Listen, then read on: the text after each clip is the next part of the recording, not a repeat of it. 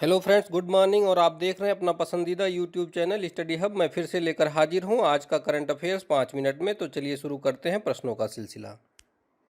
पहला प्रश्न है दोस्तों, किस संगठन की रिपोर्ट में कहा गया है कि कोरोना के चलते वैश्विक अर्थव्यवस्था में 8,800 अरब डॉलर का नुकसान हो सकता है? तो सही उत्तर है एशियाई विकास बैंक। एशियाई विकास बैंक यानी एडीबी ने रिपोर्ट में कहा है कि कोरोना के चलते वैश्विक अर्थव्यवस्था को 8,800 अरब डॉलर का नुकसान हो सकता है, जबकि दक्षिण एशिया की जीडीपी पर 142 अरब से लेकर के 218 अरब डॉलर तक का असर होगा। अगला प्रश्न है दोस्तों, मोबाइल कंपनी लावा ने चीन से पूरे मोबाइल आर&डी निर्यात बाजार के लिए डिजाइन और विनिर्माण को अगले कितने महीने में भारत में लाने की घोषणा की है? तो सही उत्तर है दोस्तों 6 महीने में।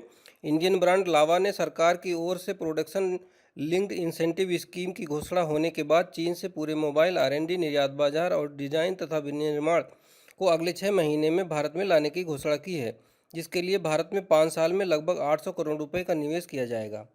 अगला प्रश्न है दोस्तों, केंद्रीय वित्त मंत्री निर्मला सीतारमण ने हर्बल पौधे के उत्पादन को बढ़ावा देने के लिए कितने करोड़ रुपए देने की घोषणा की है? तो सही उत्तर है दोस्तों 4,000 करोड़ रुपए।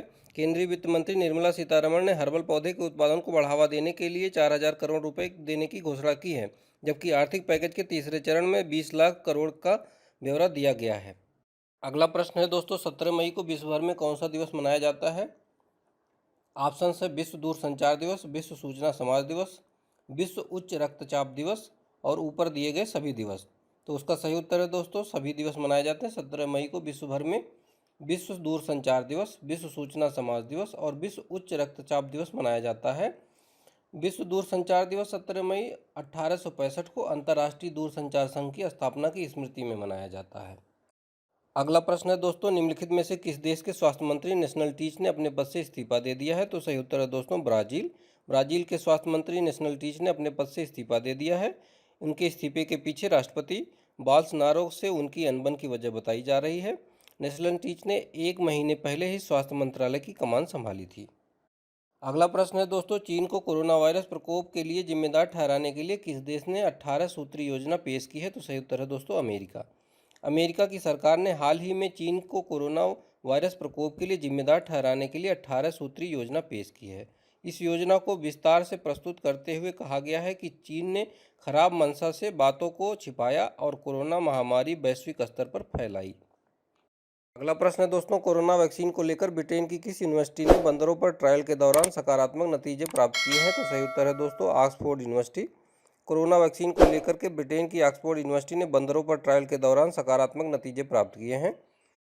इस ट्रायल के दौरान वैक्सीन के परीक्षण से बंदरों की प्रतिरोधक प्रणाली में कोरोना वायरस के प्रभाव को रोकने की संभावना दिखाई दी है।